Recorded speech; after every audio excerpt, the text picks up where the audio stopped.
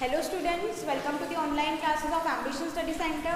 As you know, we have started with the 8th chapter, Living Organisms. How do living organisms reproduce? Okay, how do living organisms reproduce? उसमें हमने asexual reproduction वाला part पूरा complete कर लिया था बेटा, है ना? Asexual reproduction में we have seen 6 types, 6 methods of asexual reproduction. asexual reproduction जहाँ पे सिर्फ एक ही parent involve होता है और कोई भी gamete formation जैसा step वहाँ पे या gamete इन्वॉल्व नहीं होता है. उसमें हमने सबसे पहले देखा था फिजन, फिर हमने देखा था फ्रैगमेंटेशन, फिर regeneration, budding, vegetative propagation and spore formation. इस तरीके से 6 मेथड्स हमने पूरे कवर कर लिए थे लास्ट लेक्चर में. उसके बाद में आपको एक छोटा सा टॉपिक दिया था टिश्यू कल्चर. ठीक है, टिश्यू कल्चर वो हमारा डिस्कस होने का रह गया था. वो हम पहले डिस्कस कर लेंगे what is tissue culture and then we will move towards sexual reproduction. फिर हम सेक्सुअल रिप्रोडक्शन क्या होता है वो देखेंगे. ओके, सबसे पहले टिश्यू कल्चर क्या है वो देखते हैं. Tissue culture, the production of new plant by removing tissue और separating cells from growing tips and growing them in a suitable growth medium. हम क्या कर रहे हैं, एक न्यू प्लांट को प्रोड्यूस कर रहे हैं, एक नया प्लांट बना रहे हैं. किसके मदद से? अगर वो प्लांट में से हम कोई टिश्यू रिमूव करें या सेल्स रिमूव करें उसके ग्रोइंग टिप से. ग्रोइंग टिप में कौन सा होता है बेटा, जो टिप ग्रो हो रही है वहाँ कौन सा सेल्स होते हैं, कौन से टिश्यूज होते हैं? मेरिस्टेमेटिक टिश्यू होते हैं. We have studied in our 9th class.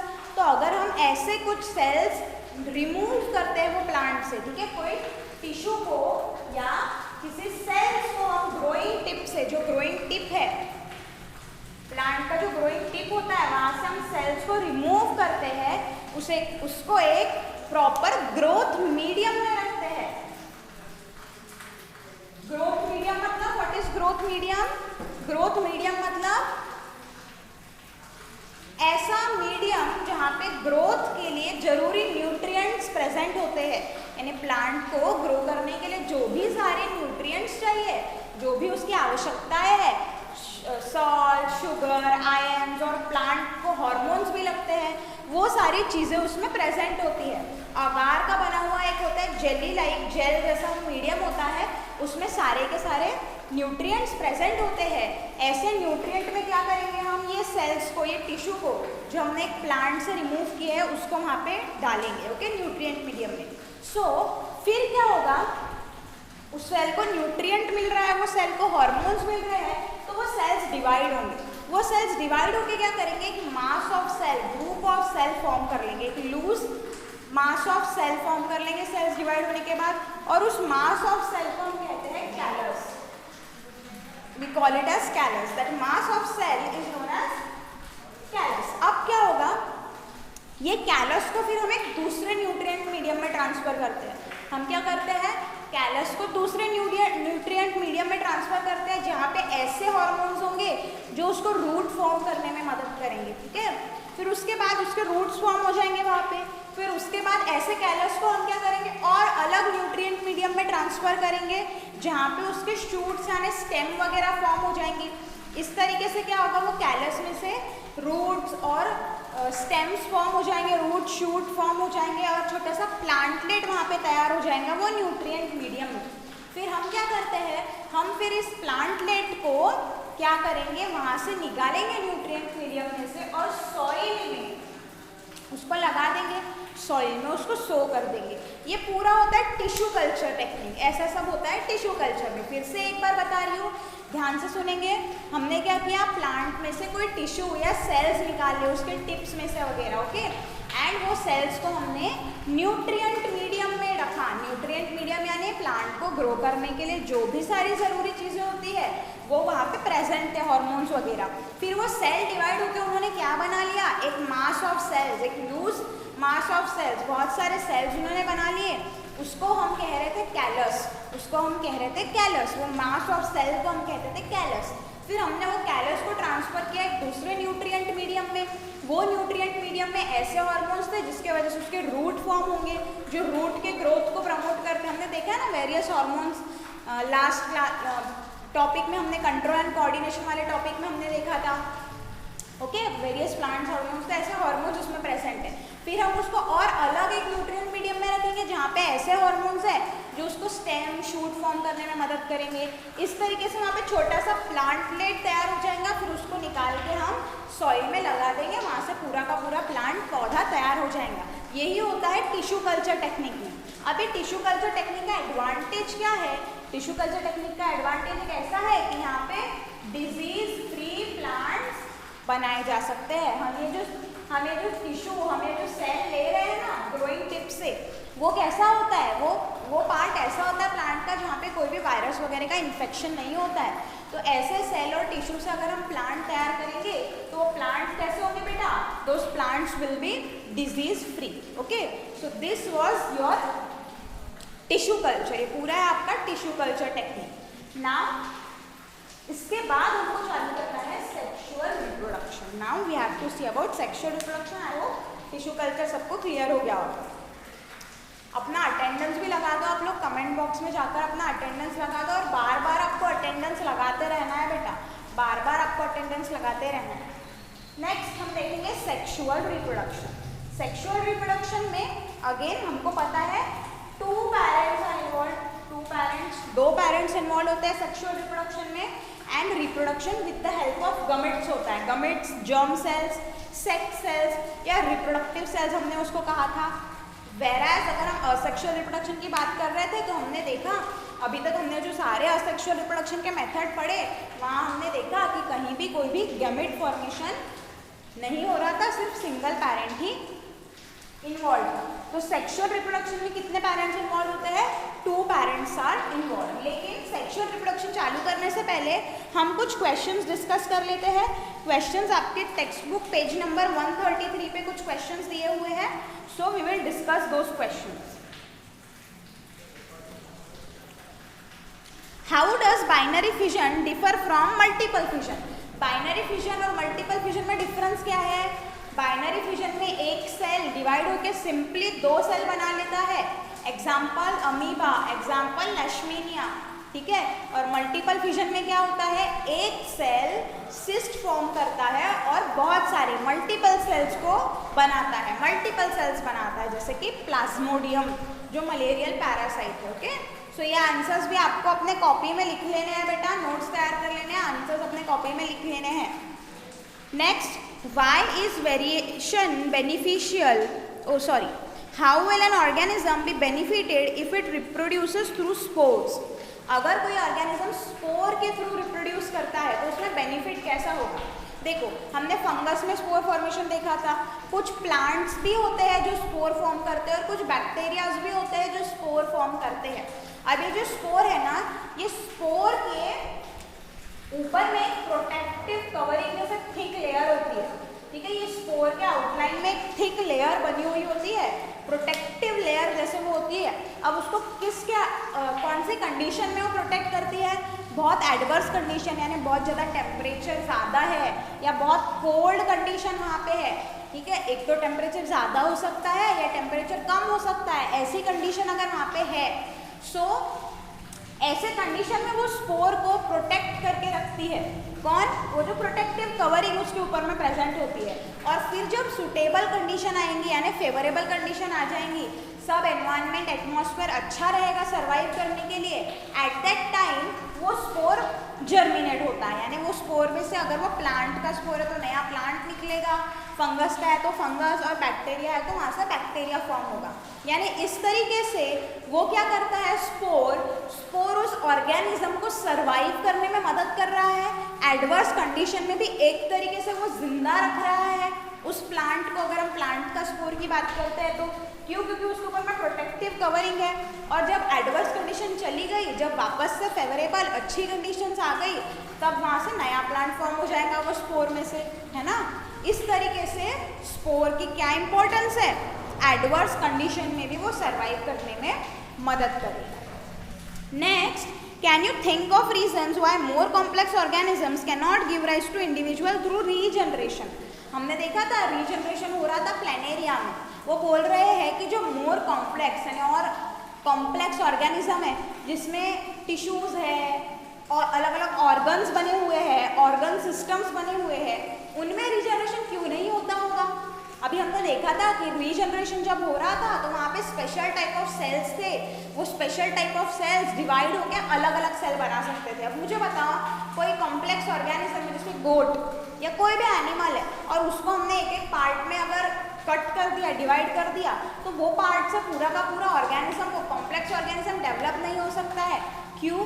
क्योंकि ऐसे स्पेशल सेल्स उसके बॉडी में नहीं रहेंगे बेटा जो डिवाइड होके पूरे ऑर्गेनिज्म को बना सके। फॉर एग्जाम्पल से हमने गोट को कट किया और उसके जो लेग्स थे वो लेग्स में स्पेशल टाइप ऑफ सेल नहीं थे कि जिससे उसका हार्ट, उसकी किडनी, उसका लीवर बन सके, ओके, या अलग अलग ऑर्गन्स उसके तैयार हो सके। ऐसे स्पेशल सेल उसके लेग में प्रेजेंट ही नहीं थे, तो वो रीजनरेट हो पाएगा क्या? नहीं, वो पूरे ऑर्गन्स को फॉर्म नहीं कर पाएगा।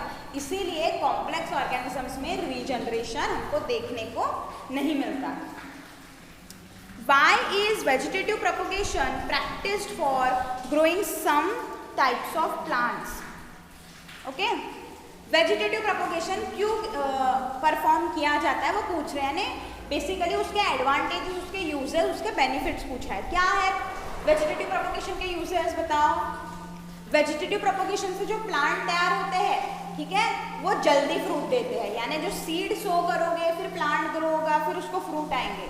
वो प्लांट के कंपैरिजन में जो वेजिटेटिव प्रोपोगेशन वाले होते हैं they give fruits faster, okay. उसके बाद में वहाँ पे वेजिटेटिव प्रोपोगेशन में और क्या होता है, many plants can be grown from single. एक ही प्लांट से हम बहुत सारे अलग अलग प्लांट्स वहाँ पे तैयार कर सकते हैं वेजिटेटिव प्रोपोगेशन में। उसके बाद में जो ऐसे प्लांट्स जैसे बनाना, जैस्मीन एंड ऑल, जहाँ पे वो सीड नहीं फॉर्म कर पा रहे थे तो उनमें रिप्रोडक्शन हम वेजिटेटिव प्रोपोगेशन की मदद से कर सकते हैं, ओके। सो ये बहुत सारे बेनिफिट्स है बेटा वेजिटेटिव प्रोपोगेशन के। नेक्स्ट है why is DNA copying an essential part of the process of reproduction. Reproduction में डीएनए कॉपी होना बहुत जरूरी पार्ट क्यों है?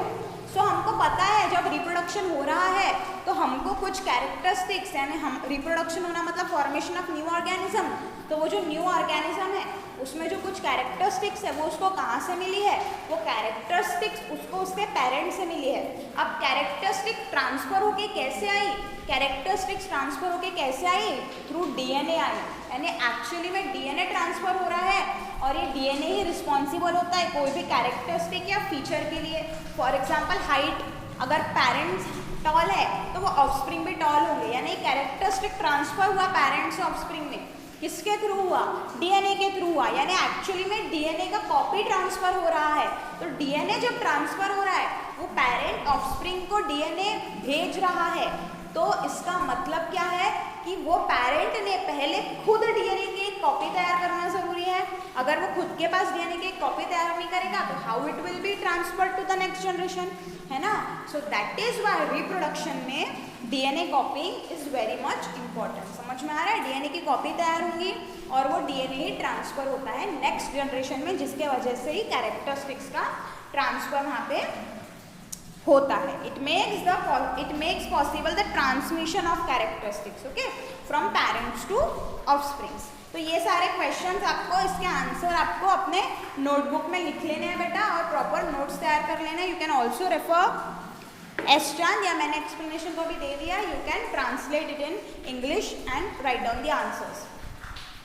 नेक्स्ट हम देख रहे थे sexual reproduction. We were seeing sexual reproduction. अब सेक्सुअल रिप्रोडक्शन में हमने देखा 2 पेरेंट्स आर इन्वॉल्व। कितने पेरेंट्स इन्वॉल्व होते हैं? 2 पेरेंट्स इन्वॉल्व होते हैं ना। हमको पता है सेक्सुअल रिप्रोडक्शन के बेनिफिट क्या है वो पहले हम देखते हैं। What are the benefits of sexual reproduction? देखो हमने देखा था लास्ट क्लास में, हमने पढ़ा था कि जब डीएनए का कॉपी होता है तो वहाँ पे कुछ एरर हो सकते हैं और वो एरर के वजह से वहाँ वेरिएशंस आते हैं। कुछ वेरिएशन बुरे होते हैं जिसके वजह से वो सेल की डेथ भी हो सकती है, लेकिन कुछ वेरिएशंस अच्छे होते हैं और वो वेरिएशंस सर्वाइव करने में मदद करते हैं। हमने बैक्टीरिया का एग्जांपल लेके देखा था, वो हीट को अगर रेजिस्टेंट हो गया तो वो सर्वाइव कर जाएगा। यानी वेरिएशंस बहुत इंपॉर्टेंट है। जो बदलाव, जो चेंजेस आ रहे हैं किसी भी ऑर्गेनिज्म में वो बहुत ही इंपॉर्टेंट है। क्यों? क्योंकि एनवायरनमेंट बदल रहा है, हमारा सराउंडिंग बदल रहा है, तो हमको भी बदलना पड़ेगा और ये वेरिएशंस फिर हमको सर्वाइव करने में बहुत यूजफुल साबित होंगे। सो सेक्सुअल रिप्रोडक्शन में देखो सिर्फ वेरिएशन वो गलतियों के वजह से ही आ रहे थे, यानी कभी वेरिएशन आ सकते हैं, कभी वेरिएशन नहीं भी आ सकते हैं। तो हमको एक ऐसा मेथड ऑफ रिप्रोडक्शन देखना पड़ेगा जिसके मदद से मोर वेरिएशन वो ऑफस्प्रिंग में आए, ऐसा मेथड जहाँ पे ज़्यादा वेरिएशन उस ऑफस्प्रिंग में आए।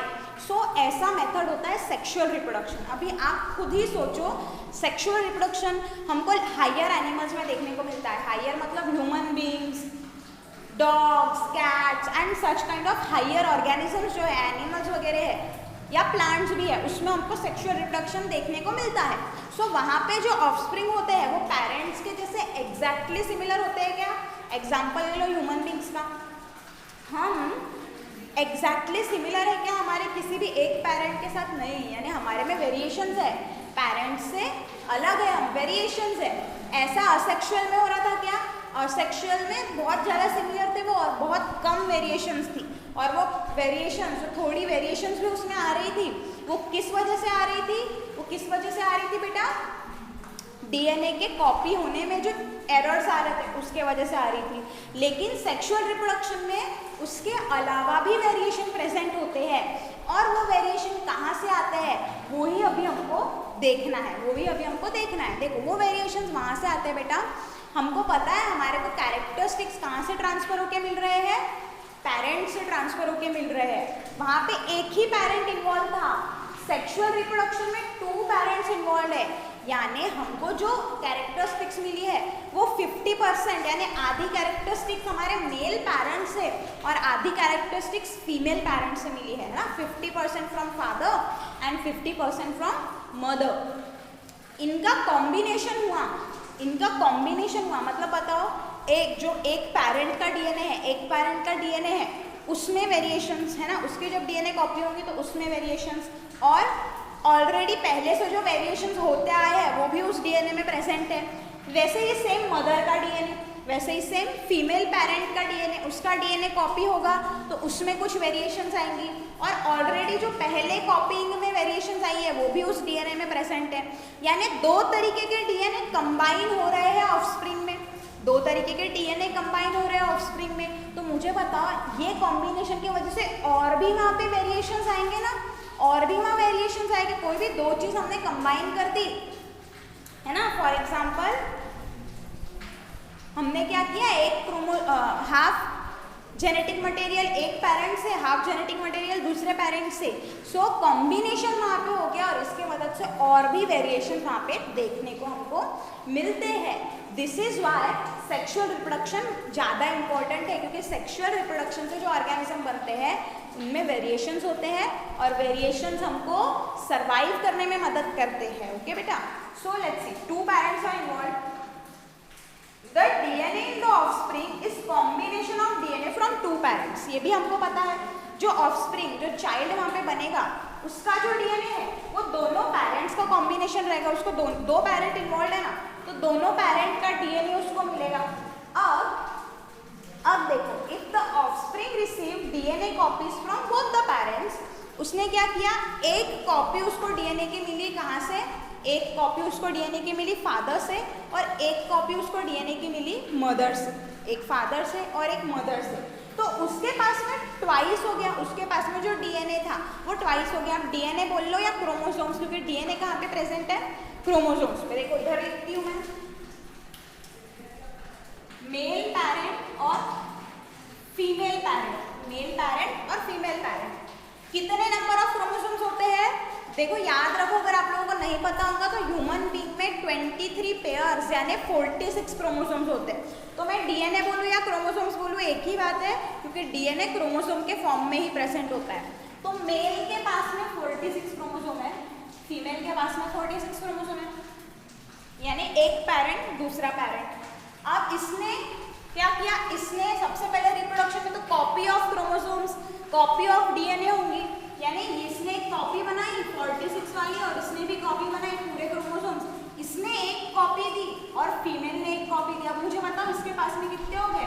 92, यानी डबल हो गया क्रोमोसोम, ट्वाइस हो गया अमाउंट ऑफ डीएनए। पेरेंट्स है देखो इसके पास 46, लेकिन ऑफस्प्रिंग में डबल हो गया, ये तो प्रॉब्लम हो गया, ये तो प्रॉब्लम हो गया बेटा। क्यों? क्योंकि क्रोमोसोम का नंबर अगर एक भी क्रोमोसोम कम ज़्यादा हो जाए, यानी 46 की जगह 45 या 47 भी हो जाता है, तो वो इंसान, वो ह्यूमन बींग, ये मैं ह्यूमन बींग्स की बात कर रही हूँ, ह्यूमन बींग्स में 46 होते हैं, तो वो ह्यूमन बींग नॉर्मल नहीं रह जाता है बेटा, यानी वहाँ कोई डिजीज आ जाएगा। तो 92 वाला तो ऑब्वियसली नॉर्मल रहेगा नहीं। तो जब ये प्रॉब्लम है, ये प्रॉब्लम है हमारी, प्रॉब्लम क्या है? प्रॉब्लम क्या है कि अगर मेल पेरेंट ने एक कॉपी दिया क्रोमोसोम का और फीमेल पेरेंट ने एक कॉपी दिया क्रोमोसोम का, तो दोनों मिला के वो ऑफस्प्रिंग के पास में 2 कॉपीज हो जाएंगी क्रोमोसोम की, यानी डबल हो जाएगा, ट्वाइस हो जाएगा, तो ये प्रॉब्लमैटिक है।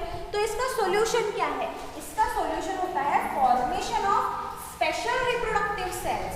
हम कुछ ऐसे रिप्रोडक्टिव सेल्स फॉर्म करें जिनमें हाफ अमाउंट ऑफ डीएनए, यानी हाफ नंबर ऑफ क्रोमोसोम्स हो, यानी क्रोमोसोम्स कितने होंगे?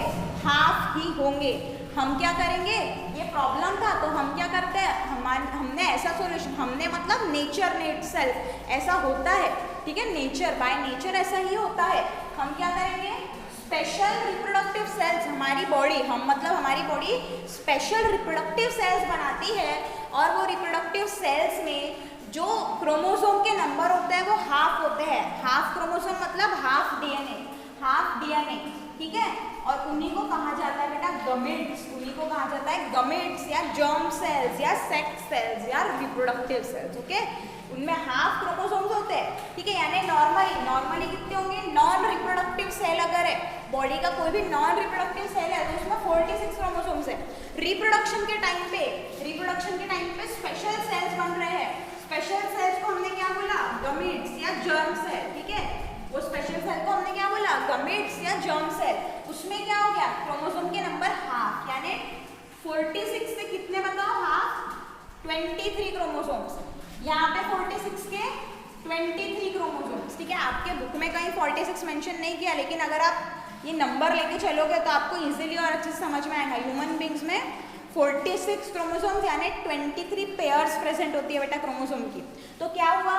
अमाउंट ऑफ डीएनए भी हाफ हो गया ना। क्रोमोसोम मतलब डीएनए, समझ में आ रहा है? पहले ही बता दिया था, क्रोमोसोम में ही डीएनए होता है, क्रोमोसोम पे ही डीएनए होता है, ठीक है। तो हाफ हो गया, यानी 23 बन गया। और ये जो स्पेशल रिप्रोडक्टिव सेल्स थे, इन्हीं को हमने क्या कहा? इन्हीं को हमने कहा गमेट या जर्म सेल्स या रिप्रोडक्टिव सेल्स या सेक्स सेल्स, ओके। ये कौन सा प्रोसेस से फॉर्म हो रहे हैं? ये जो प्रोसेस है गमेट फॉर्मेशन की प्रोसेस, जहाँ पे क्रोमोसोम का नंबर हाफ हो गया, वो प्रोसेस है बेटा meiosis. That process is meiosis. वो टाइप ऑफ सेल डिवीजन है मियोसिस। हमने ये भी कल देख लिया था मियोसिस। देखो, मियोसिस सिर्फ एक जगह हो रहा था at the time of gamete formation, और बाकी हर जगह क्या होता था? माइटोसिस, यानी बॉडी के बाकी के सेल में क्या होगा? माइटोसिस, और मियोसिस गमेट फॉर्मेशन के टाइम पे होगा। अब मुझे बताओ, जब ये जर्म सेल्स और जब ये गमेट कंबाइन होंगे, यानी मेल का गमेट और फीमेल का गमेट जब कंबाइन होगा, तो क्रोमोसोम नंबर रिस्टोर, यानी जितने वापस से बैक टू नॉर्मल 46 क्रोमोसोम्स उस ऑफस्प्रिंग में आ गए, 46 क्रोमोसोम्स, यानी क्रोमोसोम नंबर रिस्टोर हो गया। जितने नॉर्मल थे उतने क्रोमोसोम नंबर आ गए। अभी समझ में आया क्यों सेक्सुअल रिप्रोडक्शन में गमेट फॉर्मेशन होता है? सेक्सुअल रिप्रोडक्शन में तो एक ही पेरेंट इन्वॉल्व था, यानी पूरे के पूरे क्रोमोसोम्स उसको एक ही पेरेंट से मिल रहे थे, तो वहां पे ऐसे कोई प्रॉब्लम आ रही थी कि डबल हो जाएंगे क्रोमोसोम्स? नो। बट यहाँ पे दो पेरेंट्स इन्वॉल्व है, और दोनों पेरेंट अगर इसने 46 दे दिया तो गड़बड़ हो जाएंगी। इसीलिए सेक्सुअल रिप्रोडक्शन में गमेट फॉर्म होते हैं। गमेट में क्रोमोसोम का नंबर आधा हो जाता है। गमेट फॉर्म होते हैं मियोटिक सेल डिवीजन से गमेट फॉर्म होते हैं, जिसमें क्रोमोसोम का नंबर आधा होता है। और जब ये गमेट, मेल गमेट और फीमेल गमेट, मेल का जर्म सेल, फीमेल का जर्म सेल आपस में मिलेंगे, यानी वहां पे ऑफस्प्रिंग तैयार होगा, तो उसमें क्रोमोसोम का नंबर वापस से रिस्टोर, यानी नॉर्मल जितना है उतना हो जाएगा। और इसके वजह से बताओ मुझे बेटा, यहाँ पे वेरिएशन भी आएंगे ना, वेरिएशन। ये जो ऑफस्प्रिंग है, ठीक है, इसको मैं ऐसे लिखती हूँ, 23 + 23 लिख देती हूँ, ठीक है, लिख सकती हूँ ना मैं। ये जो ऑफस्प्रिंग है, ये पूरा का पूरा अपने मेल फादर जैसा रहेगा क्या? पूरा का पूरा मदर जैसा रहेगा क्या? नहीं, पूरा का पूरा मदर या फादर जैसा वो नहीं रहेगा। क्यों? क्योंकि आधे क्रोमोसोम्स के पास में फादर के हैं और 23 क्रोमोसोम्स मदर के हैं, यानी इसमें कुछ कैरेक्टरिस्टिक्स अपने फादर जैसी होंगी, कुछ कैरेक्टरिस्टिक्स मदर जैसी होंगी, लेकिन बहुत सारी चेंजेस भी उसमें होंगे, वेरिएशन भी उसमें होंगे। आप एग्जांपल ह्यूमन बीइंग को ही ले लो, ह्यूमन बीइंग का ही आप एग्जांपल ले लो बेटा। हमारे में कुछ कैरेक्टरिस्टिक्स हमारे फादर जैसी होती है, कुछ मदर जैसी होती है, लेकिन बहुत से वेरिएशन यानी अलग कैरेक्टरिस्टिक्स भी हम में प्रेजेंट है जो दोनों पेरेंट में हमको देखने को नहीं मिल रही है। समझ में आया? तो यहाँ पे हमने क्या देखा, इंपॉर्टेंस भी देख लिया बेटा सेक्सुअल रिप्रोडक्शन का। क्यों? क्योंकि सेक्सुअल रिप्रोडक्शन से ज़्यादा वेरिएशंस आ रहे हैं, है ना, ऑफस्प्रिंग में ज़्यादा वेरिएशन आ रहे हैं, क्योंकि दो तरीके के इंडिविजुअल, दो अलग अलग इंडिविजुअल के क्रोमोसोम का कॉम्बिनेशन हो रहा है। मदर एक अलग इंडिविजुअल है, फादर एक अलग इंडिविजुअल है, दोनों के क्रोमोसोम का कॉम्बिनेशन हुआ, इसकी वजह से वहाँ ज़्यादा वेरिएशंस आए। और असेक्सुअल में ऐसा कोई कॉम्बिनेशन नहीं हुआ, तो वहाँ पे वेरिएशंस बिल्कुल ना के बराबर आते हैं। और जो वेरिएशंस आते भी है वो किस वजह से आ रहे हैं, टेल मी, किस वजह से आ रहे हैं? अगर डीएनए कॉपी होते हुए कोई दिक्कत वहाँ पे आ गई, एरर वहाँ पे हो गया, तो उसके वजह से वहाँ पे वेरिएशंस आएंगे बेटा, बस। लेकिन सेक्सुअल रिप्रोडक्शन में तो वेरिएशंस आने ही आने हैं, क्योंकि आधा क्रोमोसोम मदर से, आधे क्रोमोसोम फादर से, यानी एक नया कॉम्बिनेशन ऑफ क्रोमोसोम वहाँ तैयार हो रहा है, हर एक इंडिविजुअल में अलग कॉम्बिनेशन है ना। सो दैट इज वाई बहुत ज़्यादा वेरिएशंस हमको सेक्सुअल रिप्रोडक्शन से जो ऑफस्प्रिंग बनते हैं उसमें देखने को मिलता है। और वेरिएशंस क्यों जरूरी है? क्योंकि वेरिएशंस सर्वाइव करने में मदद करते हैं, वेरिएशंस सर्वाइव करने में मदद करते हैं। ओके बेटा, सो ये समझ में आ गया। यहाँ पे भी वैसा ही होगा, इसमें भी डीएनए की कॉपी होंगी, कॉपी तो बन ही रही है, भले ही आधा हो रहा है, भले ही आधा हो रहा है, लेकिन कॉपी तो हो रही है, आधा हो रहा है, यहाँ पे भी आधा हो रहा है, तो कॉपी तो होंगी, ये 23 क्रोमोसोम्स तो बनेंगे ही ना, एक कॉपी तैयार होंगी ना 23 क्रोमोसोम्स की। सो यहाँ पे कॉपिंग होते टाइम पे यहाँ पे भी वेरिएशन आ सकते हैं, यहाँ पे भी वेरिएशन आ सकते हैं। इन दोनों का जब कॉम्बिनेशन हो जाएगा तो और वेरिएशंस यानी more variations are there in sexual reproduction as compare to asexual reproduction. अगर आपको क्वेश्चन आता है गिव रीजन में, तो अभी आपको एक्सप्लेन करते आना चाहिए कि जो सेक्सुअली रिप्रोड्यूसिंग ऑर्गेनिजम्स होते हैं उनमें ज़्यादा वेरिएशंस होते हैं एज कम्पेयर टू असेक्सुअल वाले में, ठीक है। क्योंकि असेक्सुअल में एक ही पेरेंट इन्वॉल्व है, सेक्सुअल में दो पेरेंट, यानी दो पेरेंट के क्रोमोसोम्स का कॉम्बिनेशन, तो ज़्यादा वेरिएशंस वहाँ पे आएंगे। ओके, सो ये था पूरा कंसेप्ट। अब देखो, 2 जर्म सेल्स, 2 जर्म सेल्स होता है, एक बड़ा जर्म सेल होता है, वन लार्ज होता है, जो क्या करता है, फूड स्टोर करेगा, फूड स्टोर करेगा। क्यों? क्योंकि जब इसका फ्यूजन होता है ना बेटा, मेल गमेट और फीमेल गमेट का जब फ्यूजन होता है, ठीक है, ये गमेट्स है, ये गमेट्स है, मेल गमेट और फीमेल गमेट का जब फ्यूजन होता है तो सबसे पहले वो जाइगोट बनाता है, सबसे पहले बनता है जाइगोट, यानी मेल गमेट फीमेल गमेट 23 मिलके 46 तो बन गया, यानी ये दोनों सेल मिलके जाइगोट बनाते हैं। और फिर ये जाइगोट का और डिवीजन होगा, और डिवीजन होगा, ठीक है, तो वो फिर बनाता है बेटा एम्ब्रियो, ठीक है, ये एम्ब्रियो बनाएगा, और एम्ब्रियो से फिर पूरा का पूरा ऑफस्प्रिंग यानी पूरा का पूरा ऑर्गेनिज्म बनता है ना।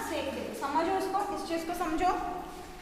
Mail gamete female gamete father से मिला, मदर से मिला, ठीक है, इनका फ्यूजन होने के बाद डायरेक्ट पूरा का पूरा बेबी तो फॉर्म नहीं हो जाएगा, बेबी को फॉर्म होने 9 मंथ्स लगते हैं ना, हर इसमें ऑर्गेनिज्म में अलग अलग होता है। तो सबसे पहले ये 2 सेल मिलके क्या बनाते हैं, जाइगोट, ये 2 सेल मिलके बनाते हैं जाइगोट। फिर जाइगोट में 1 से 2 सेल बनेंगे, 2 से 4 सेल, 4 से 8, 8 से 16, 16 से 32, ऐसे सेल डिवीजन होते जाएगा और नंबर बढ़ते जाएगा, तो वो बनाएगा एम्ब्रियो, ठीक है, तो वो बनाएगा एम्ब्रियो।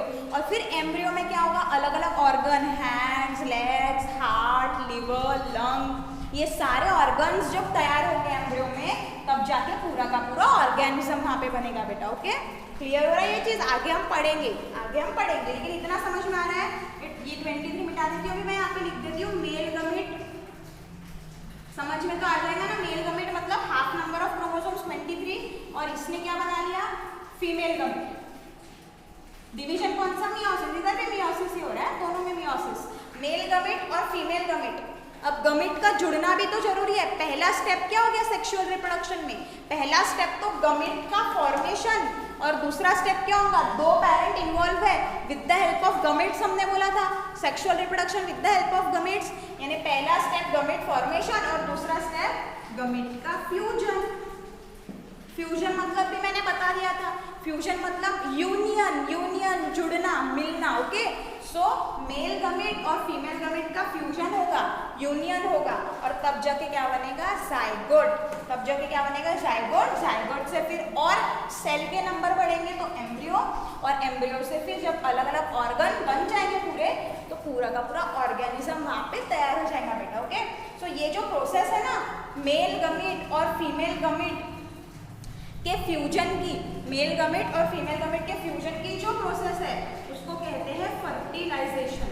उसको क्या कहते हैं, फर्टिलाइजेशन, यानी मेल गमेट और फीमेल गमेट का यूनियन हो रहा है, फ्यूजन हो रहा है, उस प्रोसेस को कहते हैं फर्टिलाइजेशन। आगे जब आएगा तो हम डेफिनेशन भी उसकी देखेंगे, लेकिन इतना समझ में आ गया अभी।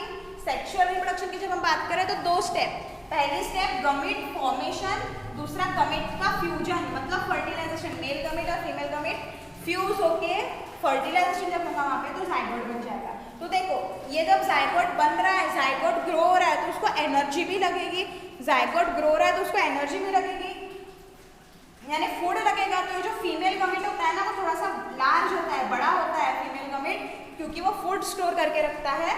और अदर जो दूसरा गमेट है वो मोटाइल होता है। मोटाइल मतलब मूविंग, मोटाइल मतलब मूविंग, जो मूव कर सकता है, जो मूव कर सकता है उसको कहते हैं मोटाइल। वो होता है male gamete. Male gamete motile और फीमेल गमेट फूड स्टोर करके रखता है। क्यों, क्योंकि जाइगोट जब ग्रो होगा तो उसको फूड भी लगेगा बेटा। ओके, सो मोटाइल होता है, मूविंग होता है मेल गमेट। इतना क्लियर हो गया सबको किस तरीके से सेक्सुअल रिप्रोडक्शन हो रहा है, बेसिक। और सेक्सुअल रिप्रोडक्शन का इंपॉर्टेंस क्या है, सबसे बड़ा इंपॉर्टेंट कि वहाँ पे वेरिएशंस आ रहे हैं और वेरिएशंस हमको सर्वाइव करने में मदद करते हैं। ये आप बेसिकली देख के भी पहचान सकते हो, जो सेक्सुअली रिप्रोड्यूसिंग ऑर्गेनिज्म है उनमें वेरिएशन ज़्यादा होते हैं एज कम्पेयर टू असेक्सुअल, है ना। अमीबा में वैसा का वैसा एग्जैक्ट अमीबा बन जाएगा, लेकिन ह्यूमन बींग्स में एग्जैक्ट हमारे पेरेंट्स जैसे हम होते हैं क्या, नो, हम तो दिखने में ही सेम नहीं होते हैं, बाकी कैरेक्टरिस्टिक्स तो अलग ही होती है। ओके, सो इस तरीके से हो रहा है पूरा।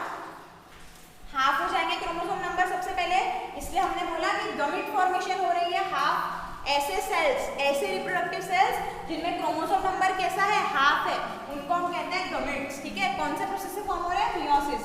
फिर गमेट फॉर्म होने के बाद नेक्स्ट स्टेप क्या होगा सेक्सुअल रिप्रोडक्शन में, वो गमेट का फ्यूजन, इसको हम कहते हैं फर्टिलाइजेशन, जिससे जाइगोट बनेगा। और जाइगोट जब बनेगा यानी जर्म सेल्स कंबाइन हुए यानी फर्टिलाइजेशन वहाँ पे हुआ, मेल और फीमेल गमेट कंबाइन हुए मतलब भी फर्टिलाइजेशन, और जाइगोट बन गया तो क्रोमोसोम नंबर भी रिस्टोर हो गया, और फिर पूरा का पूरा डेवलपमेंट होगा तो ऑर्गेनिज्म तैयार होगा। ओके, सो ये बेसिक प्रोसेस है सेक्सुअल रिप्रोडक्शन की। अभी हम आगे बढ़ेंगे और हम देखेंगे एक्चुअली में सेक्सुअल रिप्रोडक्शन प्लांट्स में किस प्रकार से, किस तरह से हो रहा है बेटा। ओके, आई होप ये सबको क्लियर आया, समझ में आ गया होगा। एक और बार वीडियो चला के आप लोग देख लेना तो आपके पूरे डाउट्स, दिक्कत क्लियर हो जाएंगे। और अगर कोई डाउट है तो आप कमेंट करके या कॉल करके भी पूछ सकते हो बेटा।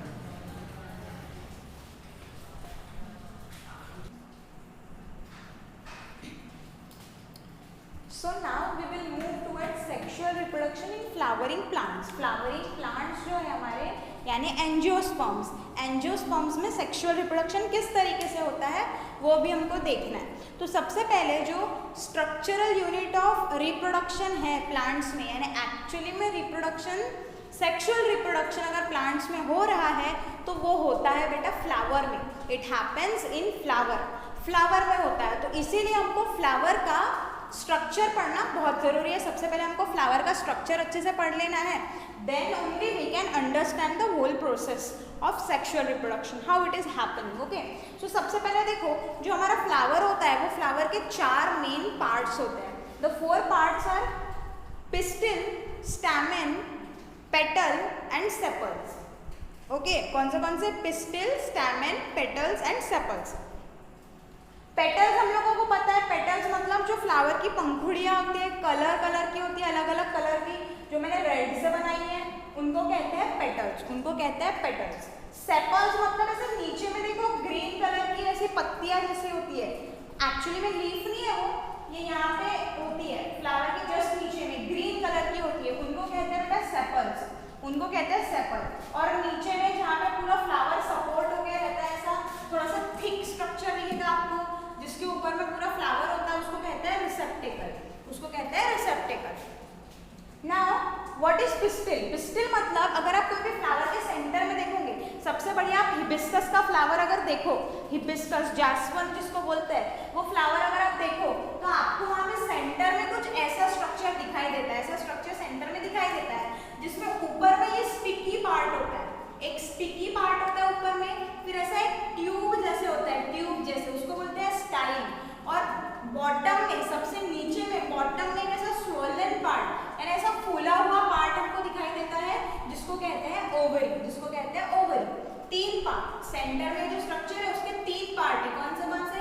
स्टिग्मा, स्टाइल एंड जो स्वोलन पार्ट है, स्वोलन पार्ट ऐसा फूला हुआ जो पार्ट है उसको कहते हैं ओवरी। स्टिग्मा सबसे ऊपर में होता है और स्टिकी होता है, स्टाइल बीच में होता है ट्यूब जैसा, और ओवरी ऐसा मोटा सा पार्ट होता है। ये तीनों को मिला के कहते हैं पिस्टिल।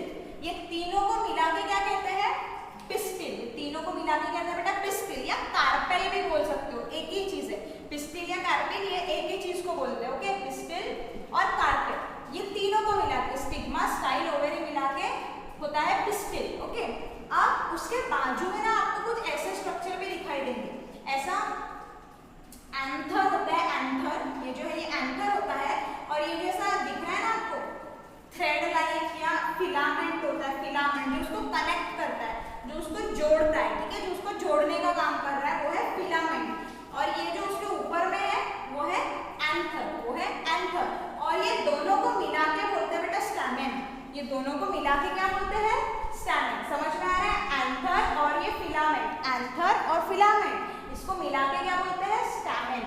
इसको मिला के बोलते हैं stamen. Stigma plus style plus ovary, तीनों को मिला के क्या बोलते हैं? पिस्टिल। और एंथर और फिलामेंट को क्या बोलते हैं? स्टैमेन। ओके, सो ऐसे चार पार्ट्स होते हैं फ्लावर में, कौन से बताओ एक बार? पिस्टिल, स्टैमेन, पेटल और सेपल। अब इसमें से ये जो पिस्टिल है और ये जो स्टैमेन है, ये दोनों ही मेन हिस्सा लेते हैं रिप्रोडक्शन में, ठीक है। पिस्टिल या कार्पेल बोल लो आप, पिस्टिल और स्टैमेन ये दोनों ही हिस्सा लेते हैं रिप्रोडक्शन में। तो फिर ये पेटल और सेपल का क्या काम हुआ? पेटल और सेपल का काम है बेटा इनको थोड़ा प्रोटेक्ट करके रखना है ना, ये अंदर में होते हैं और यही एक्चुअल में रिप्रोडक्शन कर रहे हैं ये दोनों, तो इनको प्रोटेक्ट करके रखना जरूरी है, तो ये बाहर से इनको बचा के रखते हैं, पेटल्स और सेपल्स इनको बचा के रखने का, प्रोटेक्शन का काम करते हैं। एक्चुअली में रिप्रोडक्शन में कौन इन्वॉल्व है?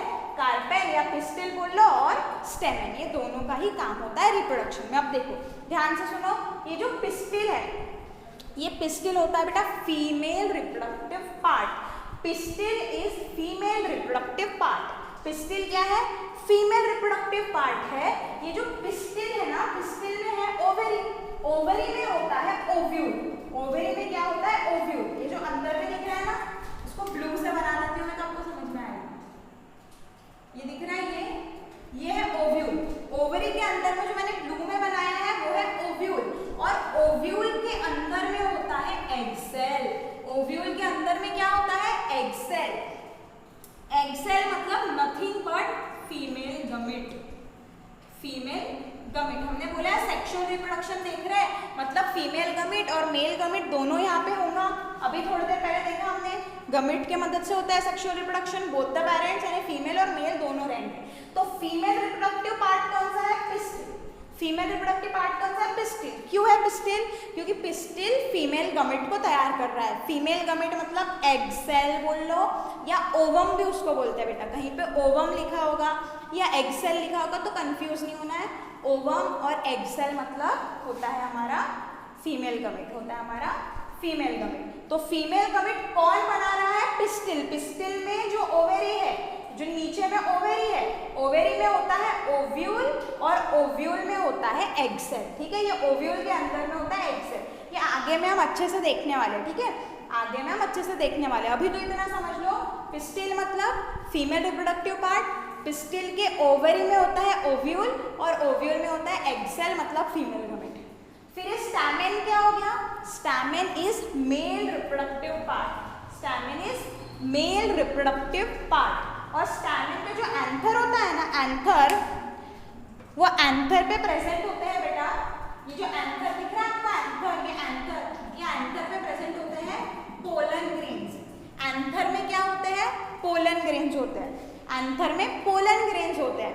देखो हिबिस्कस का फ्लावर देखा, उसमें वो येलो येलो पाउडर जैसे होता है, येलो येलो पाउडर जैसे। सेंटर में देखो ऐसा स्ट्रक्चर होगा, ध्यान से देखना, ऑब्जर्व करना, ऐसा पिस्टिल जैसा स्ट्रक्चर होता है, स्टिकी स्टिकी स्टिग्मा भी होता है। और उसके आजू बाजू में देखो यहाँ पे ना ऐसे पाउडर होता है, येलो कलर का powder, that is nothing but pollen grain. वो क्या है? वो ही है बेटा हमारा पोलन ग्रेन। और वो पोलन ग्रेन कहाँ पे प्रेजेंट होता है? एंथर पे प्रेजेंट होता है। पोलन ग्रेन कहाँ पे प्रेजेंट होता है? एंथर पे प्रेजेंट होता है। और ये पोलन ग्रेन के अंदर में होता है मेल गमेट। पोलन ग्रेन के अंदर में क्या होता है? Male gamete. फिर से बताती हूँ, स्टैमेन मेल रिप्रोडक्टिव पार्ट है, स्टैमेन के अंदर में होता है पोलन ग्रेन। स्टैमेन में भी मैंने पर्टिकुलरली बता दिया, एंथर यहाँ पे तो नहीं होता है, ऑब्वियसली यहीं पे होगा। क्या होता है? पोलन ग्रेन, येलो कलर के होते हैं। देखा होगा आपने, आप इजीली कोरिलेट कर पा रहे होगे। अगर आप हिबिस्कस का फ्लावर दिमाग में लाओ तो इजीली ये सारी चीज़ आपको स्ट्रक्चर समझ में आ जाएगा। येलो कलर का जो पाउडरी थिंग दिखता है, हमारे हाथ में भी स्टिक हो जाता है अगर वो पकड़े, तो वो होता है पोलन ग्रेन। और पोलन ग्रेन में क्या होता है? मेल गमेट। पोलन ग्रेन में होता है मेल गमेट। तो स्टैमेन क्या हो गया? Mail reproductive part. देखो एक और ट्रिक बता देती हूँ कैसे याद रखोगे। स्टैमेन, मेन आ रहा है ना, मेन, स्टैमेन, मेन आ रहा है, तो मेन से आप याद रख सकते हो कि स्टैमेन क्या है? मेल रिप्रोडक्टिव पार्ट है। तो बचा हुआ पिस्टिल क्या हो जाएगा? Female reproductive part. एक बार फिर से बताती हूँ, पिस्टिल, पिस्टिल में ओवरी, ओवरी में ओव्यूल, ओव्यूल में एग सेल मतलब फीमेल गमेट। स्टैमेन, स्टैमेन मतलब मेल रिप्रोडक्टिव पार्ट। स्टैमेन में होता है पोलन ग्रेन, येलो कलर के पाउडरी, और पोलन ग्रेन में होता है मेल गमेट। ठीक है, तो इन दोनों के पास है, इसके पास मेल गमेट है इसलिए इसको बोलते हैं मेल रिप्रोडक्टिव पार्ट, इसके पास फीमेल गमेट है यानी एग सेल है इसलिए इसको बोलते हैं फीमेल रिप्रोडक्टिव पार्ट। और ये दोनों ही मेल इन्वॉल्व होते हैं किसमें? रिप्रोडक्शन में। नाउ हमने पढ़ा ये हो गया गमेट फॉर्मेशन। इसके बाद में दूसरी स्टेप क्या है? दूसरी स्टेप है fusion of male and female gamete. ये मेल और फीमेल गमेट आपस में मिलने चाहिए, कंबाइन होने चाहिए, फ्यूजन होने चाहिए, तभी जाके क्या बनता है? जाइगोट बनता है। थोड़ी देर पहले मैंने यहाँ पे आपको बताया था, समझाया था। ठीक है, जब भी मेल गमेट, फीमेल गमेट और मेल गमेट मिलते हैं, जुड़ते हैं, यूनियन होता है उनका, फ्यूजन होता है, वो कंबाइन होते हैं, तब जाके क्या बनता है? जाइगोट बनता है। और इस प्रोसेस को कहते हैं fertilization. This process is known as fertilization. Clear हो रहा है? फर्टिलाइजेशन पहले ही बताया था, आगे डिस्कस करेंगे। सो फर्टिलाइजेशन का डेफिनेशन क्या है? The fusion of male and female gamete to form zygote. समझ में आ रहा है? मेल गमेट कहाँ पे है? पोलन ग्रेन में है। पोलन ग्रेन कहाँ पे है? स्टैमेन पे है। फीमेल गमेट कहाँ पे है? ओव्यूल के अंदर में है। ओव्यूल कहाँ है? ओवेरी के अंदर में है। और ओवेरी कहाँ पे है? पिस्टिल पे है। ठीक है, इतना क्लियर हो रहा है सबको? इससे आसान और कुछ हो नहीं सकता, इससे आसान शब्दों में और बताया भी नहीं जा सकता। इतना क्लियर हो रहा है सबको? फ्यूजन ऑफ मेल और फीमेल गमेट, मेल और फीमेल गमेट जब कंबाइन होंगे तभी जाके वहाँ पे जाइगोट बनेगा। वो कंबाइन ही नहीं होंगे तो कोई जाइगोट वहाँ पे बनेगा नहीं। और वो जो कंबाइन हो रहे हैं उसी को कहा जाता है बेटा फर्टिलाइजेशन। और जब ये जाइगोट बनेगा, ये जाइगोट ही फिर ग्रो होता है न्यू प्लांट में। ठीक है, ये जाइगोट का आगे और डिवीजन होता है, जैसे हमने देखा था एनिमल की अगर हम बात कर रहे थे तो जाइगोट से एम्ब्रियो, फिर एम्ब्रियो में अलग अलग ऑर्गन्स बनेंगे और पूरा individual. Same goes for plant, zygote further आगे में डिवाइड होगा, डेवलप होगा और नया प्लांट बनेगा। ठीक है, तो ये होता है फर्टिलाइजेशन। लेकिन उसके पहले एक चीज हमारी रह गई, बाइसेक्सुअल फ्लावर और unisexual flower. Now bisexual, bi मतलब टू, यूनि मतलब वन, इतना तो सबको समझता है। सो ऐसा फ्लावर जहाँ पे स्टैमेन भी है और पिस्टिल भी है, यानी ये वाला पार्ट भी है और ये वाला पार्ट भी है, स्टैमेन भी है, पिस्टिल भी है। ऐसे फ्लावर दोनों है, मेल पार्ट भी है, फीमेल पार्ट भी है। ऐसे फ्लावर को कहेंगे bisexual flower. Bisexual flower example है हिबिस्कस। हिबिस्कस के फ्लावर में देखा है पोलन ग्रेन्स वाला स्टैमेन भी होता है और सेंटर में स्टिग्मा वाला पिस्टिल भी होता है, तो वो कैसा फ्लावर हो गया? Bisexual flower. लेकिन देयर आर सम फ्लावर्स, कुछ फ्लावर्स ऐसे भी होते हैं जिसमें सिर्फ स्टैमेन प्रेजेंट रहेगा या तो सिर्फ पिस्टिल प्रेजेंट रहेगा। एक तो स्टैमेन या तो पिस्टिल, ऐसे फ्लावर को कहेंगे unisexual flower. Has either stamen और पिस्टिल, दोनों नहीं, एक तो पिस्टिल, पिस्टिल है तो हम उसको कह देंगे फीमेल फ्लावर, और अगर स्टैमेन है तो हम कह देंगे मेल फ्लावर। एग्जाम्पल होता है पपाया, यानी पपाया में आपको यूनिसेक्सुअल फ्लावर देखने मिलेंगे, यानी वो फ्लावर में एक तो सिर्फ स्टैमेन रहेगा या फिर पिस्टिल रहेगा, और अगर दोनों प्रेजेंट है एक ही फ्लावर में तो बाइसेक्सुअल फ्लावर, जैसा कि हिबिस्कस में हो रहा है। ओके, क्लियर हो गया। सो फर्टिलाइजेशन हम देख रहे थे। फर्टिलाइजेशन मतलब मेल और फीमेल गमेट का फ्यूजन। मेल गमेट ओव्यूल के अंदर, मेल गमेट पोलन ग्रेन पे है यानी स्टैमेन में, फीमेल गमेट ओव्यूल में है यानी पिस्टिल में। इनका फ्यूजन होगा तो जाइगोट बनेगा, और जाइगोट से फिर आगे में इंडिविजुअल बनने वाला है। लेकिन मुझे बताओ, ये यहाँ पर है ना, पोलन ग्रेन यहाँ पर जिसके पास में मेल गमेट, फीमेल गमेट यहाँ पर, तो ये दोनों मिलेंगे कैसे? ये दोनों मिलेंगे कैसे? ये जब तक मिलेंगे नहीं तब तक फर्टिलाइजेशन होगा नहीं। तो ये दोनों मिलते हैं बेटा बाय पॉलिनेशन, ये दोनों मिलते हैं बाय पॉलिनेशन। देखो पॉलिनेशन मतलब क्या? The transfer of pollen grain from anther to stigma, यानी ये रहा एंथर, ये रहा एंथर, समझ लो ये एंथर है, इसमें पोलन ग्रेन है, येलो कलर के पोलन ग्रेन जिसमें मेल गमीट है, उसका ट्रांसफर एंथर से कहाँ पे? स्टिग्मा के ऊपर में। स्टिकी स्टिकी होता है ना स्टिग्मा, उसके ऊपर में ट्रांसफर हो रहा है किसका? पोलन ग्रेन्स का। उसी को कहते हैं पॉलिनेशन, उसको कहते हैं पॉलिनेशन। फिर से बोलो एक बार, डेफिनेशन इजी है। The transfer of pollen grains from anther to stigma, या फिर anther of stamen to stigma of carpel, एक ही बात है, ठीक है, या पिस्टिल।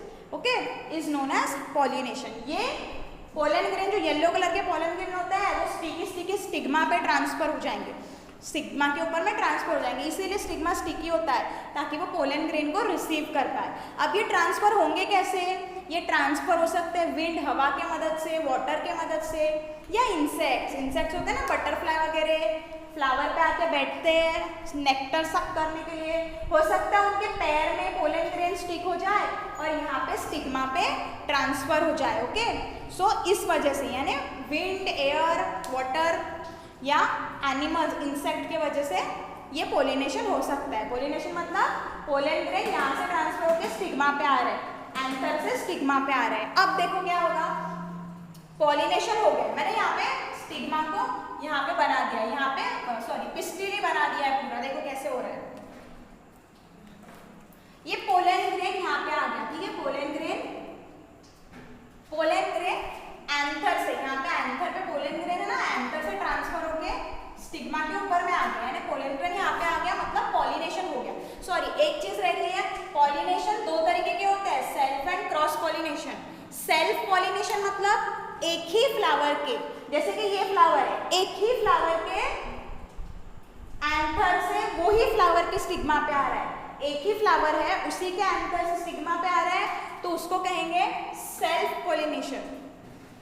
सो टेल मी, क्रॉस पॉलिनेशन क्या होगा? क्रॉस पॉलिनेशन मतलब एक दूसरा फ्लावर, एक फ्लावर है उसके एंथर से पोलन ग्रेन दूसरे फ्लावर के स्टिग्मा पे जा रहे हैं। एक फ्लावर के एंथर से दूसरे फ्लावर के स्टिग्मा पे पोलन ग्रेन का ट्रांसफर हो रहा है, उसको कहोगे क्रॉस पॉलिनेशन। इजी चीज है, सेम फ्लावर में अगर ट्रांसफर हो रहा है तो सेल्फ पॉलिनेशन, लेकिन दो अलग अलग फ्लावर है, ऑब्वियसली सेम स्पीशीज के, एक ही स्पीशीज के दो अलग अलग फ्लावर है, दो अलग अलग प्लांट पे, और एक के एंथर से दूसरे के स्टिग्मा पे पोलन ग्रेन जा रहे हैं, तो उसको कहते हैं क्रॉस पॉलिनेशन। ओके, सो ये पोलन ग्रेन अभी आ गया स्टिग्मा के ऊपर में, ये स्टिग्मा है, ओके, दिस इज स्टिग्मा, ये पोलन ग्रेन है। तो जैसे ही आफ्टर पॉलिनेशन हो गया, फर्टिलाइजेशन हैपन।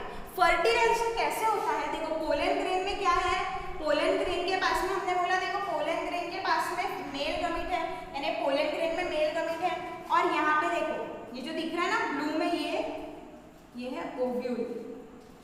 ओके, ये बाहर वाला आउटर ओवेरी, अंदर वाला ओव्यूल, और ओव्यूल के अंदर में ऐसा एक स्ट्रक्चर होता है। ये स्ट्रक्चर के डिटेल में हमको नहीं जाना है, बस यहाँ पे देखो ये जो स्ट्रक्चर है ना, ये जो मैंने ब्लैक में बनाया है, यहाँ पे अलग अलग सेल प्रेजेंट होते हैं, लेकिन जो मैंने रेड में बनाया है, रेड में वो है हमारा एग सेल, वो है हमारा एग सेल यानी हमारा फीमेल गमीट। हमारे तो काम का सिर्फ वो एग सेल ही है, इसलिए आप एस चार्ट में देखोगे तो उन्होंने बाकी के सेल नहीं बताया, वहाँ पे सिर्फ एग सेल बताया बेटा। ओके, सो यहाँ पे आपके टेक्स्ट बुक में दिया है इसलिए मैंने बता दिया है ताकि आपको कंफ्यूजन ना हो। लेकिन इतना समझ लो ये जितने भी सेल दिख रहे हैं वो हमारे काम के नहीं है, हमारे काम का तो सिर्फ एग सेल है, हमारे काम का तो सिर्फ एग सेल है यानी फीमेल गमीट है। ओव्यूल के अंदर में है फीमेल गमीट, हमने बोला था ओव्यूल हैज एग सेल मतलब फीमेल गमीट, दिख रहा है ये ओव्यूल, ओव्यूल के अंदर में है एग सेल यानी फीमेल गमीट। और ये रहा हमारा पोलन ग्रेन जो पॉलिनेशन होने के बाद एंथर से स्टिग्मा पे अभी आ गया है,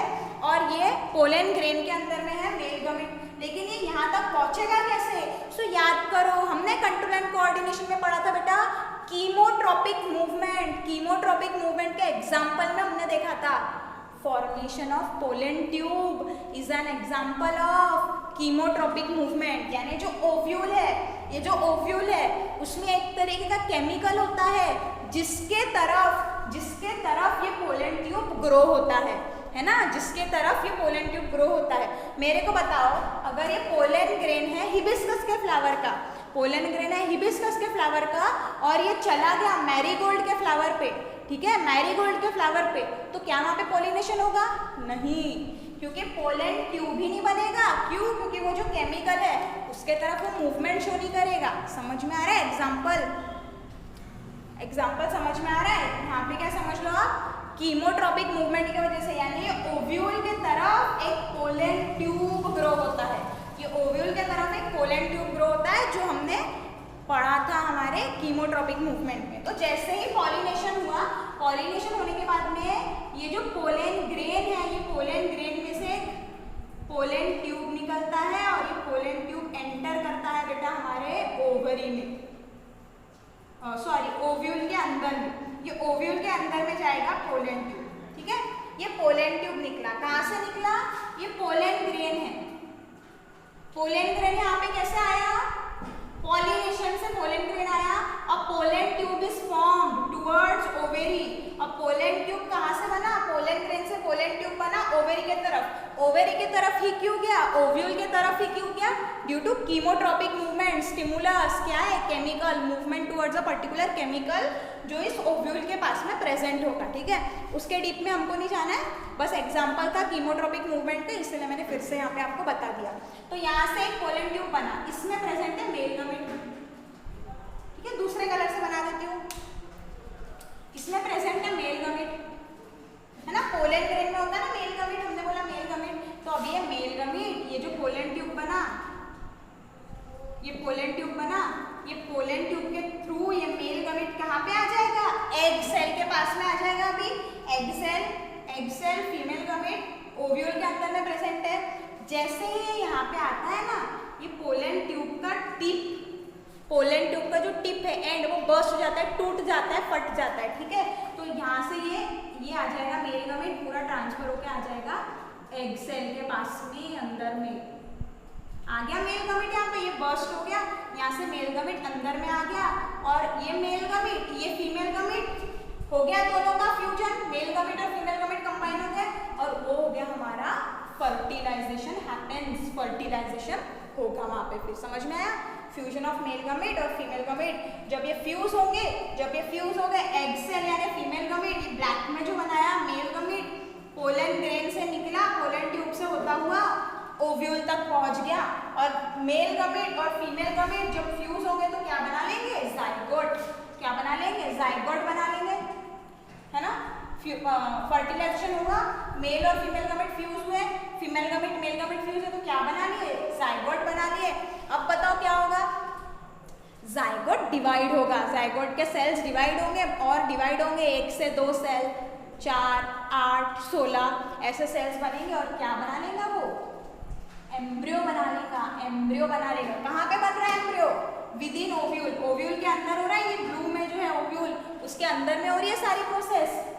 एम्ब्रियो मतलब ही बेटा हमारा फ्यूचर प्लांट, यानी ये जो एम्ब्रियो है, ये एम्ब्रियो में से फ्यूचर प्लांट बनने वाला है, grows into new plant. Zygote grows into new plant मतलब जाइगोट तो बन गया, मेल और फीमेल गमीट का फ्यूजन हो जाएगा, जाइगोट बन जाएगा, जाइगोट और डिवाइड होगा, सेल के नंबर बढ़ेंगे तो बनेगा एम्ब्रियो, और ये एम्ब्रियो से बनता है न्यू प्लांट, यानी एम्ब्रियो है हमारा फ्यूचर प्लांट, एम्ब्रियो से नया प्लांट बनने वाला है।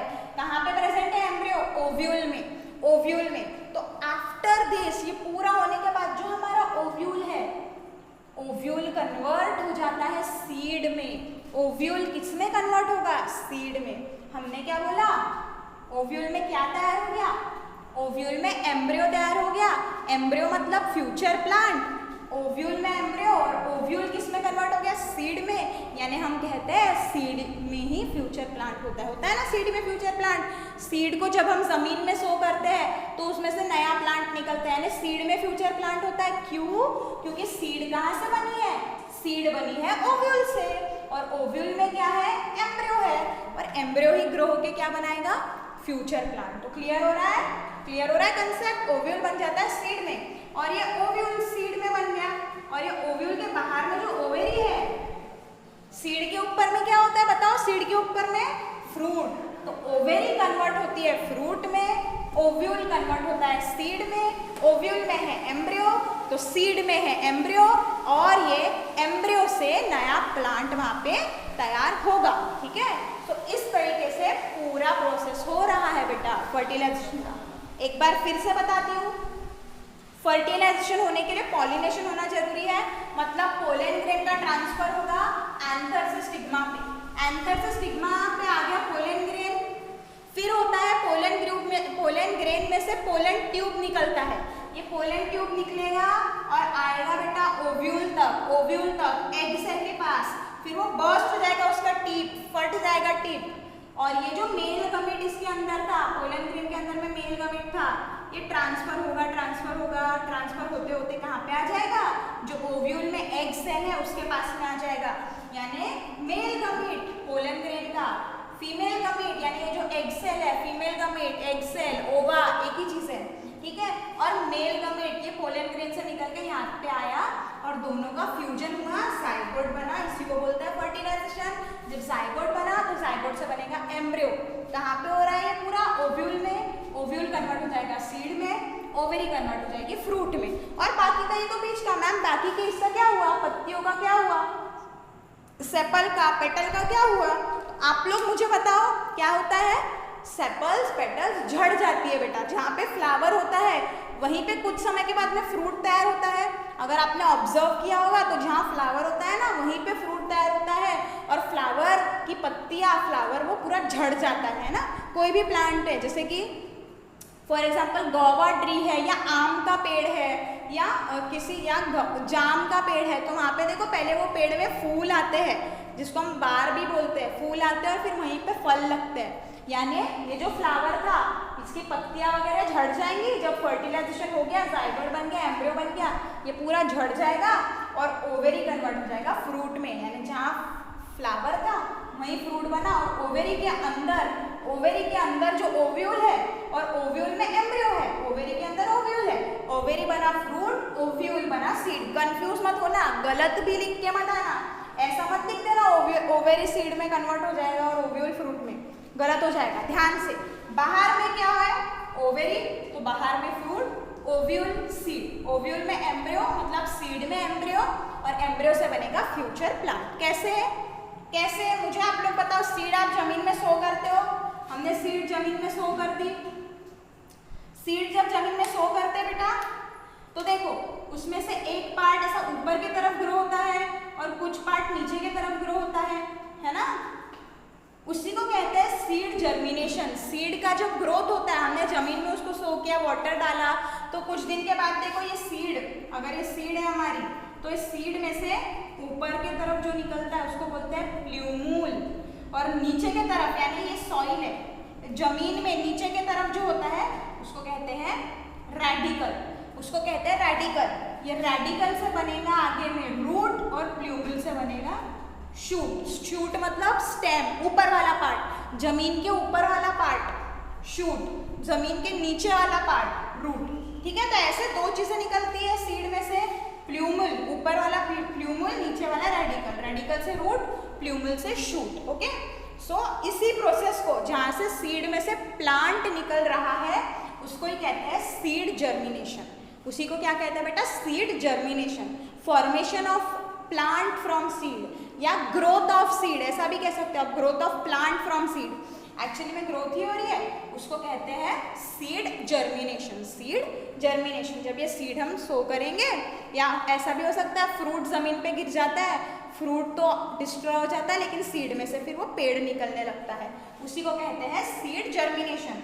और इनिशियली यहाँ पे देखो ऐसे 2 लीव्स भी फॉर्म हो जाती है, ऐसी 2 लीफ भी आती है ऊपर में, जिसको कॉटिलिडन बोलते हैं बेटा, कॉटिलिडन बोलते हैं, ठीक है। ऐसे दो लीफ जैसे, लीफ नहीं होती एक्चुअली में, वो लीफ जैसे हमको दिखती है। देखना आप, अभी बारिश आ रही है तो छोटे छोटे पेड़ उगाएंगे तो वहाँ पे ऐसे 2 पत्तियाँ जैसी होती है, इनिशियली लीफ जैसी होती है, लीफ नहीं होती है, उनको बोलते हैं कॉटिलिडॉन, उनको बोलते हैं कॉटिलिडॉन। और ये कॉटिलिडॉन क्या करके रखता है, स्टोर फूड स्टोर करता है, ओके, फूड स्टोर उसमें रहता है, ठीक है। लेकिन वो देखना, वो क्या होता है, विथ टाइम वो झड़ जाते हैं, कॉटिलिडॉन झड़ जाते हैं, कॉटिलिडॉन झड़ के गायब हो जाते हैं, और ये जो रेडिकल है उससे रूट बनता है, और ऊपर में जो था प्ल्यूमुल उससे शूट बनता है, और फिर पूरा का पूरा प्लांट तैयार हो जाता है, उसी को कहते हैं सीड जर्मिनेशन। सो इस तरीके से पूरा सेक्सुअल रिप्रोडक्शन हो रहा है फ्लावरिंग प्लांट्स में। आई नो नया कॉन्सेप्ट है, समझने में थोड़ा डिफिकल्ट हो सकता है आपको, तो आप लोग क्या करेंगे, जैसे ही लेक्चर खत्म होता है फिर से चला के एक बार वीडियो देख लेंगे, 1 बार 2 बार फिर से वीडियो देख लो, और कहीं कोई दिक्कत है तो आप पूछ लो बेटा, ओके। और होमवर्क पूरा कर लेंगे आप विथ डायग्राम, जब भी सेक्सुअल रिप्रोडक्शन बोला तो ये डायग्राम वहाँ पे आनी चाहिए, और ये डायग्राम तो मस्ट है, ये डायग्राम तो मस्ट है, ये डायग्राम होनी ही चाहिए। तो इस तरीके से आपको डायग्राम और पूरा स्टेप्स, मैं जैसे शॉर्ट में लिख रही हूँ, यहाँ पे मैं शॉर्ट में लिखती हूँ एरो देके, क्योंकि मेरे पास स्पेस भी नहीं है और टाइम भी नहीं है। आपको ऐसे शॉर्ट में नहीं लिखना है, टेक्स्ट बुक यूज़ करो या एस-चांद रेफर करो और प्रॉपर नोट्स बनाओ। उसके बाद में आज ही पूरा पढ़ के समझ के ये प्रिपेयर कर लो, रिटर्न प्रैक्टिस करो, प्रिपेयर करो, नोट्स बना के होमवर्क सेंड करो आज ही, और ये पूरा आज के आज प्रिपेयर कर लो बेटा। ये वाला हमारा सेक्सुअल रिप्रोडक्शन इन प्लांट्स खत्म हो गया है। नेक्स्ट में हम ह्यूमन बीइंग्स देखेंगे, नेक्स्ट क्लास में हम देखेंगे ह्यूमन बीइंग्स में किस तरीके से रिप्रोडक्शन हो रहा है। तब तक आपको आज जितना पढ़ाया है, कल जितना पढ़ाया है, होमवर्क के साथ में प्रिपेयर कर लेना है। आई होप आपको आज का पूरा समझ में आया होगा। होमवर्क करो, कोई भी डाउट है तो any time you can call and ask, ठीक है। और होमवर्क करो अच्छे से और होमवर्क सेंड करो, ओके। आज का लेक्चर हम यहीं खत्म करेंगे। Thank you.